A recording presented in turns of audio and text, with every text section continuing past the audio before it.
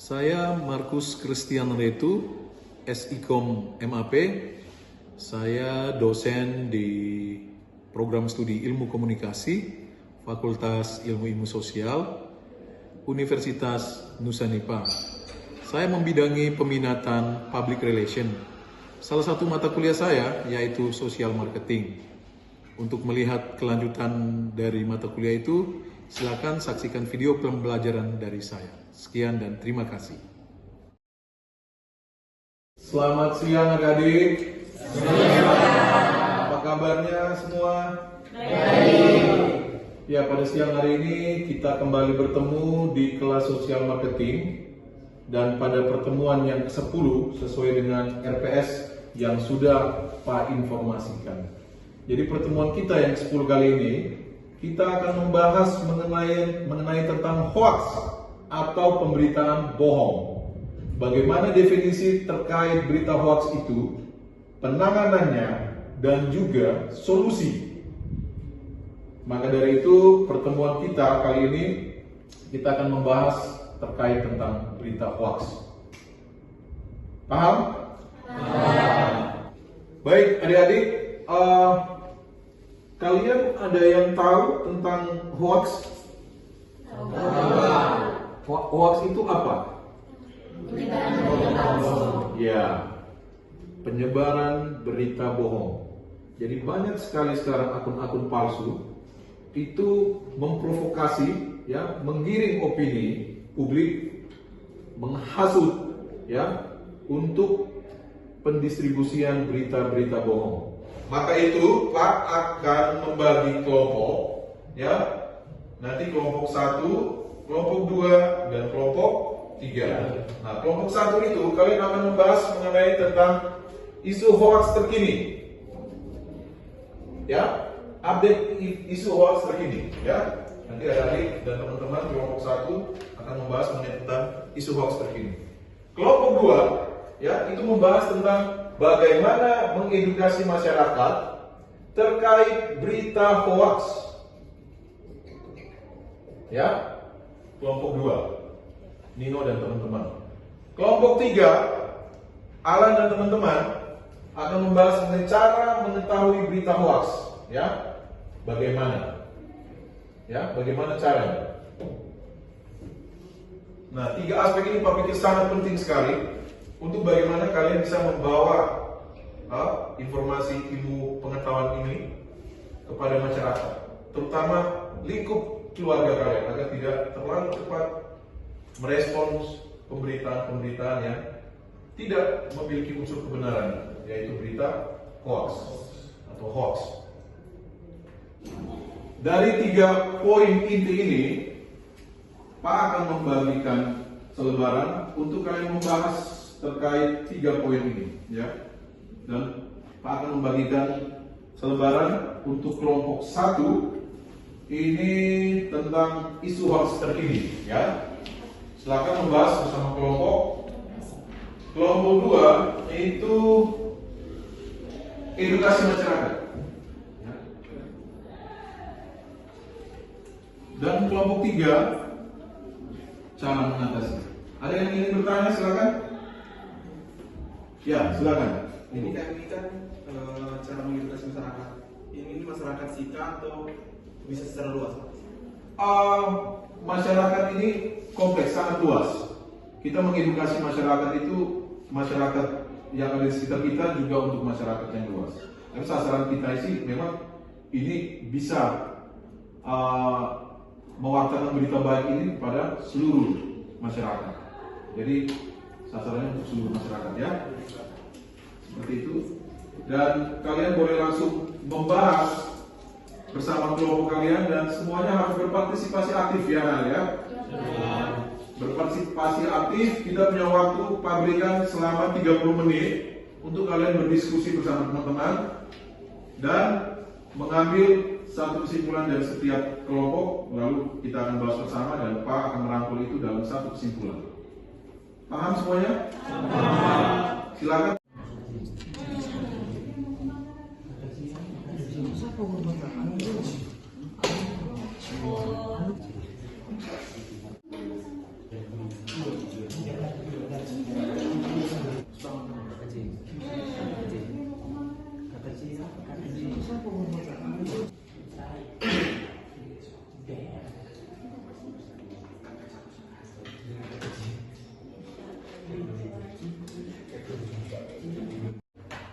Oke, adik-adik, Pak pikir cukup. Sekarang waktunya kita membahas, mendiskusikan hasil dari pembahasan yang sudah kalian bahas bersama teman-teman dalam kelompok.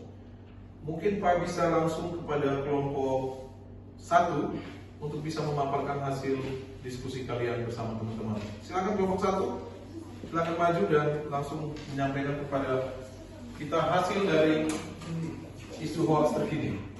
Silakan. Baik, selamat siang untuk teman-teman semua dan juga selamat siang untuk Pak dosen. Terima kasih atas waktu dan kesempatan yang telah diberikan kepada saya selaku ketua kelompok untuk kelompok 1. Nah, mengenai pembahasan kita, kelompok kami mengambil materi mengenai isu hoax terkini yang terupdate di Indonesia. Nah, sebelumnya itu kita harus tahu sebenarnya berita hoax itu apa sih? Nah, secara umum, secara luas, berita hoax itu adalah berita palsu yang disebarkan secara sengaja dengan tujuan untuk memanipulasi, kemudian untuk memberikan mereka korban tersebut pengaruh yang buruk ya. Nah, berita-berita tersebut bisa tersebar melalui informasi. Misalnya, informasi mengenai salah satu mengenai salah satu isu yang ada di Momere, yaitu oknum yang mengatasnamakan Bupati Sika dengan nomor palsu. Itu adalah salah satu berita yang menjadi kelompok paling besar ya di Kabupaten Sika. Nah, berita tersebut dilakukan oleh salah satu oknum yang bermaksud atau bertujuan untuk menjelekkan reputasi dari Bupati Sika, yaitu Juventus. Ya. Dari isu tersebut menyebabkan dampak. Nah, dampak yang merugikan korban tersebut yaitu dampak dari kerugian finansial. Misalkan korban tersebut harus pergi menuju ke kantor bupati. Dalam isu tersebut kan pelaku menyebutkan untuk korban tersebut harus datang menemui bupati di kantornya. Nah, kalau misalkan korban tersebut datang, nah dia akan mengeluarkan biaya kan untuk datang ke kantor tersebut, mengeluarkan biaya dan juga waktu. Kemudian hal yang paling besar adalah menyebabkan kerusakan reputasi dari bupati. Nah, untuk itu mungkin kami hanya mengambil isu tersebut. Mungkin sekian dari kelompok kami. Oke, kita beri tepuk tangan untuk silakan kembali kelompok 1. Terima kasih untuk pikiran cerdasnya ya. Selanjutnya Pak beri kesempatan kepada kelompok 2. Silakan kelompok 2 untuk memberikan hasil dari pembahasan kalian. Silakan. Oke, selamat siang Pak. Selamat siang teman-teman semua. Dari kelompok kami, saya mewakili teman-teman saya akan membahas tentang bagaimana cara mengedukasi masyarakat. Nah, ada yaitu kampanye edukasi digital, yaitu media sosial, konten kreatif, dan tagar populer. Media sosial, manfaatkanlah media sosial kita untuk mengedukasi orang-orang followers kita tentang bahayanya berita hoax. Yang kedua ada konten kreatif, kita memproduksi sebuah konten tentang cara kita menghindar dari berita-berita hoax tersebut. Yang selanjutnya adalah sosialisasi cara mengecek fakta. Yang pertama itu periksa sumber. Sumber mana sih yang kita bisa percaya? Jangan sampai sumber tersebut itu adalah sumber terbaru yang mungkin belum banyak orang ketahui dan itu sudah menjadi image buruk mungkin akan tersebut. Hal itu ada cek situs cek fakta, misalnya cekfakta.com, kita bisa masukkan mungkin link dari berita tersebut yang kita ingin cari, memfaktualkan apakah ini benar atau tidak. Terus gunakan Google Reverse Image Search dari screenshotan berita tersebut, dan juga yang terakhir adalah periksa tanggal dan konteksnya, apakah sudah ada luarsa atau tidak. Baik, itu adalah jawaban dari kelompok kami. Sekian, terima kasih. Oke, kita beri aplaus untuk kelompok kedua. Luar biasa ya. Tiap-tiap kelompok bisa menyuguhkan hasil pembahasan yang sangat mengedukasi kita semua dalam ruangan ini. Selanjutnya Pak beri kesempatan kepada kelompok 3 untuk bisa memberikan tanggapan terkait hasil diskusi kelompok kalian. Silakan, Rino.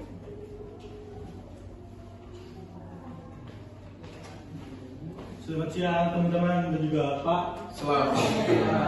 Jadi saya mau mewakili teman-teman saya di kelompok 3 untuk mempresentasikan tentang hasil diskusi kami.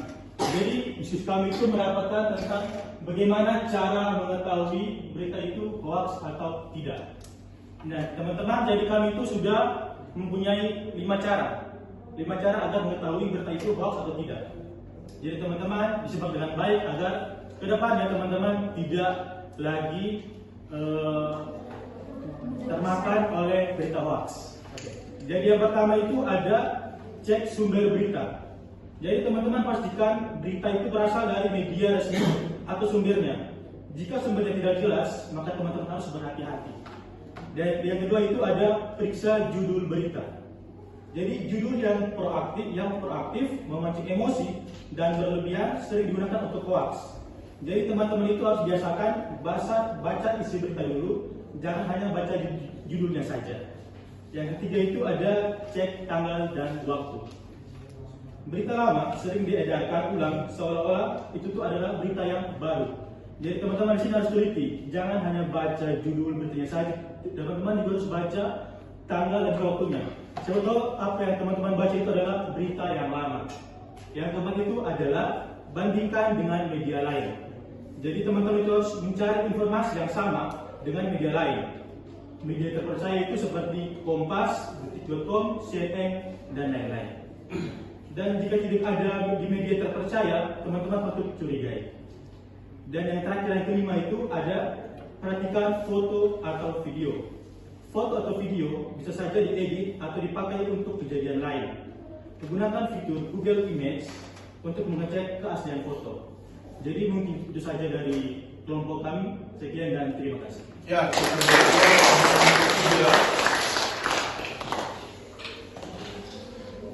di sini juga Pak akan menyinggung dari kelompok 1, 2, dan 3. Mengapa, pertanyaannya Pak, mengapa masyarakat kita cepat sekali untuk percaya berita hoax? Pak jelaskan di sini ya. Hoax itu mempengaruhi emosi. Ini dampak. Ada dampak ketakutan, kemarahan, dan kesedihan. Untuk aspek ketakutan, hoax menyasar bencana alam pemberitaannya, wadah penyakit, kerusuhan yang menimbulkan rasa panik dan cemas. Nah, akhirnya masyarakat kita mengalami ketakutan. Kemarahan, hoax menyasar isu-isu politis, ya, sara atau penipuan lainnya. Dan ada unsur kesedihan di situ. Hoax menyasar tragedi, kematian, atau berita duka. Nah, ini sangat sering terjadi dan kita alami, atau masyarakat yang ada di sekitar kita mengalami hal demikian. Maka itu kita harus hadir sebagai solusi untuk mengatasi berita bohong. Masyarakat kita atau orang sekitar kita selalu mudah, bahkan kita sendiri ya, adik-adik. Kalian pun juga sama, ya. Ada yang pasti sudah terbawa atau sudah termakan berita hoax, pasti ya. Kenapa kita mudah percaya hoax? Itu yang pertama, mengambil kesimpulan hanya dari judul. Kamu hanya melihat judul besarnya saja tanpa membaca isinya. Yang berikut, percaya hanya pada satu sumber dan tidak mempercayai informasi lain. Artinya tidak membuat perbandingan dengan berita-berita yang lain. Malas berpikir, apalagi melakukan verifikasi yang tadi sudah Pak singgung. Baperan, ya, mudah percaya jika informasi yang didapat terhubung ke perasaan.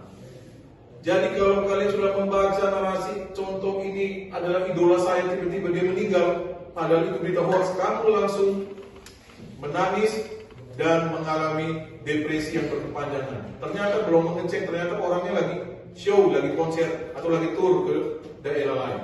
Nah itu baperan. Menjadi percaya sebuah informasi yang sering didapatkan. Nah ini penting. Semakin sering informasi bohong itu diwartakan ke publik, maka itu akan bisa menjadi kebenaran yang semu. Kebohongan yang terus-menerus dilakukan, maka itu bisa saja menjadi kebenaran kalau kalian sendiri atau kita sendiri tidak mampu untuk memfilter atau memverifikasi pemberitaan itu.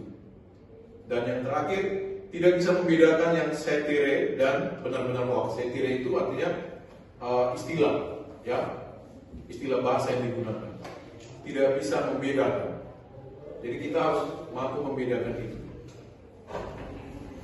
Baik adik-adik, setelah kita membahas bersama, mendiskusikan, saat ini Pak ingin memberikan kesempatan kepada adik-adik yang mau bertanya tentang materi yang sudah Pak suguhkan. Silakan, yang mau bertanya silakan angkat tangan. Pak, izin bertanya. Oke, silakan Rino. Baik Pak, terima kasih. Jadi saya ingin bertanya soal media mana yang lebih banyak menyebarkan berita hoax. Baik, untuk informasi mengenai tentang di mana hoax beredar selama tahun 2023 sampai 2025, media sosial yang paling banyak penyebaran hoaxnya itu ada di YouTube dan Facebook. Ya, di YouTube itu sampai 44,6% dan Facebook 34,4%. Dan ini berubah hingga tahun 2025. Sekarang sudah banyak sekali di TikTok, WhatsApp, X, dan Instagram. Berita hoax itu sudah menyebar ke seluruh media sosial. Ya, ini data sumbernya dari Litbang Mavindo. Ya, masih ada lagi yang ingin bertanya? Pak berikan kesempatan, silakan. Saya Pak. Ya, silakan. Baik, terima kasih atas kesempatannya. Saya ingin bertanya, dari sekian banyak kalangan yang menggunakan media sosial, usia mana yang lebih rentan termakan berita hoax? Terima kasih. Baik, usia ini relatif ya adik-adik ya.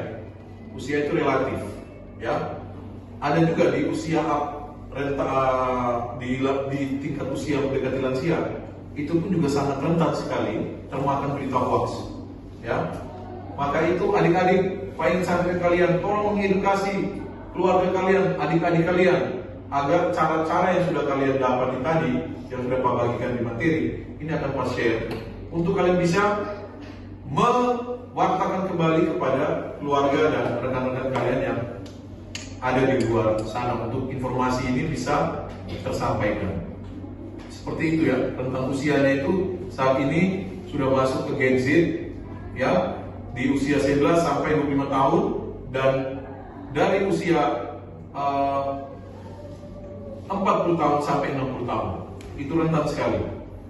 Datanya juga sudah ada dari Mavindo. Seperti itu. Masih ada lagi yang ingin bertanya, Pak beri kesempatan satu orang lagi. Silakan.